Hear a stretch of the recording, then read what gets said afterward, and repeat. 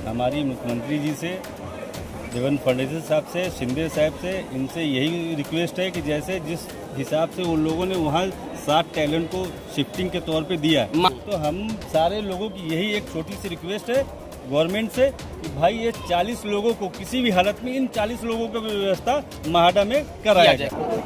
नमस्कार, मैं सचिन दीक्षित। इस वक्त मैं खड़ा हूँ नाला सोपारा के प्रगति नगर की तरफ। रहमत नगर है, वहीं पर वो इमारत जिसको जर्जर बताया गया और इस पर नोटिस भी दिया गया था, लेकिन कल इसको रीडेवलपमेंट के लिए काम चालू किया। उस दरमियान इसका पिलर पूरी तरह हिल गया था। उसके बाद महानगर पालिका ने यहाँ के रहवासियों को खाली कराया।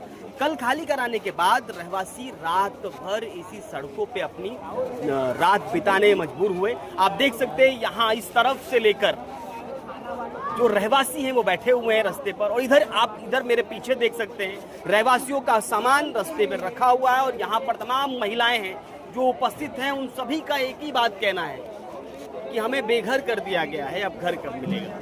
आइए हम बातचीत कर। मकान है इसमें? हाँ, हमारा है। अच्छा, बोलिए। बाकी सब तो डर है। लेकिन देखिए अभी हमको भी कल रात से बाहर रख दिया है। आदमी की दवा तक का नहीं लाने दे रहे, कोई जाने ही नहीं दे रहा अंदर। हमारी बिल्डिंग को बोलते कोई खतरा नहीं है, वो नहीं टूटने वाली है। आपकी बिल्डिंग आसिफा नहीं है? नहीं, ये है सभा है। लेकिन हमको भी कल शाम 4 बजे से बाहर ही है। हम लोग भी कल शाम को 4 बजे से सब पूरे बाहर है। खाना नहीं, पीना नहीं, बच्चे रात को यहीं पर थे आप? हाँ, यहीं पर थे। रात को खुले में ही थे? हाँ। खुले में ही थे। 2 बजे तक हम लोग इधर ही थे। 2 बजे तक हमको एंट्री नहीं किया, करने दिया। फिर हम धक्का मुक्की कर रहे थे बस। बिल्डिंग धोखादायक है इसलिए अंदर जाने नहीं दे रहे। हाँ, मतलब इसका प्रॉब्लम है तो कुछ होगा, किसी को तकलीफ होगी। हम लोग बोल इसके रहे लिए निकाल लें, कुछ दवा निकाल लें, कुछ नहीं। पुलिस जनरल के अधेर राह मानने के लिए गाली गुलाम दे रहे हैं। दवा भी नहीं निकाल रही। दवा क्या बीमारी है आपको? मेरे को भी ब्लड प्रेशर है। रात से ब्लड प्रेशर बढ़ गया है, हालत खराब है। दवा भी नहीं निकालने दे रहा। मेरे आदमी का तो हार्ट का ऑपरेशन हुआ है, 2 ही महीना हुआ है, उनका तक दवा अंदर है। रात को भी बोला तो बड़े साहब ने बोले भाई नहीं होगा तो हमारे से पैसा ले जाओ और आप मेडिकल से दवा खरीदो, आपको सुबह में जाने देंगे। अभी हम 4 टाइम आ रहे तो बोले बेटे को लेके आ, तो भी बोलते नहीं जाने देंगे। यहाँ पर तमाम लोगों की अलग अलग शिकायतें हैं। उन शिकायतों में उन सबका कहना है कि जो घर से उन्हें बेघर किया गया, महानगर पालिका का कहना है कि वो बिल्डिंग धोखादायक है।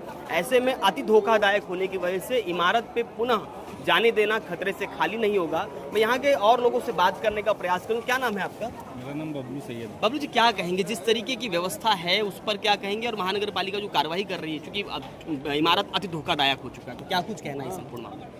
कहना ये है कि अभी नगर पालिका जो भी नोटिस इशू करती है किसी भी बिल्डिंग को, तो नगर पालिका के इंजीनियर खुद सर्वे करे और लोगों को बताए, जागरूक करे कि कैसे बिल्डिंग रिपेयर करेगी।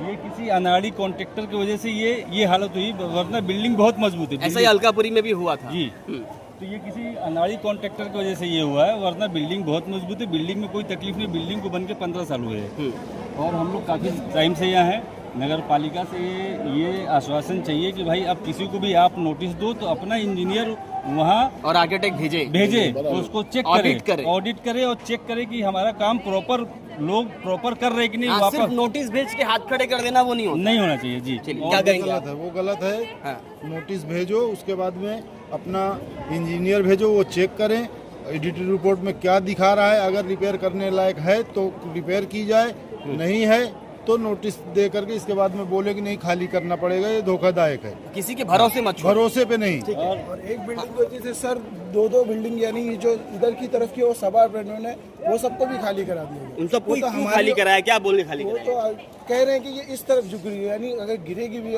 हमारी सेफ्टी के लिए कह रहे हैं कि अगर ये गिरेगी तो हमारी तरफ गिरेगी। हम सभा की तरफ रहते हैं तो अगर उधर गिरेगी, पर 105 रूम है सभा में। अगर वो सब लोग सब ये सब दिख रहे, बाहरी जो लोग दिख रहे वही है, और हमको रहने की जगह नहीं। रात में सब अपने अपने रिश्तेदारों के वहाँ टिक रहे, और ना कुछ लोग रिश्तेदार मांग ये है कि जल्द से जल्द जो है वो काम कार्यक्रम जो करना है अपना को वो करिए, फिर उसके बाद सबको सुविधा मिले, यानी जगह मिले सबको। घर के बदले घर तो मिले कम से कम, या घर के बदले घर जो है वही मिल जाए आपको। हमारे तो घर भी नहीं हो तो हमारे तो सेफ है ये सभा। हम सभा में रहते हैं, यानी वो तो सेफ ही है। तो सभा वाले को भी खाली करा दिया गया, और आप ये देख रहे हैं ये बिल्डिंग, ये तरफ वाले को भी खाली करा दिया गया एक बिल्डिंग की वजह से। क्या कहेंगे बबलू जी, जिस तरह का माहौल है उस पर लोग परेशान? जैसे वसी विरार महानगर पालिका के अंतर्गत विरार में बिल्डिंग टूटी, हमारी मुख्यमंत्री जी से, देवेंद्र फडणवीस साहब से, शिंदे साहब से, इनसे यही रिक्वेस्ट है कि जैसे जिस हिसाब से उन लोगों ने वहाँ 7 टैलेंट को शिफ्टिंग के तौर पे दिया, माड़ा की बात महाड़ा में हाँ। जो दिया, तो वैसे ये 40 जो आज बेघर हो गए। इनको देख सकते हैं आप, रोड पे सामान पड़े हुए हैं। रात में मदरसे और मस्जिदों में लोगों को ठहराया गया, कोई व्यवस्था नगर पालिका के शासन की तरफ से कोई व्यवस्था नहीं है।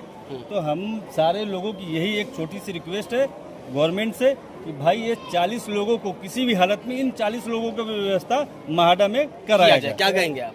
बस जो हमारे बबलू भाई ने बोला हमको भी वही चाहिए कि माड़ा में घर मिले, महाड़ा में मिले। जो परेशान है इस टाइम 40 कितने घर है बबलू भाई? 40 घर है, तो 40 घर को महाड़ा में पर शिफ्ट उसमें किया जाए। दुर्घटना में 17 लोगों की मौत हो गई। तो उसके लिए हम इंतजार करेंगे किसी प्रशासन की, कोई मरे तो प्रशासन हमको तब कुछ दे।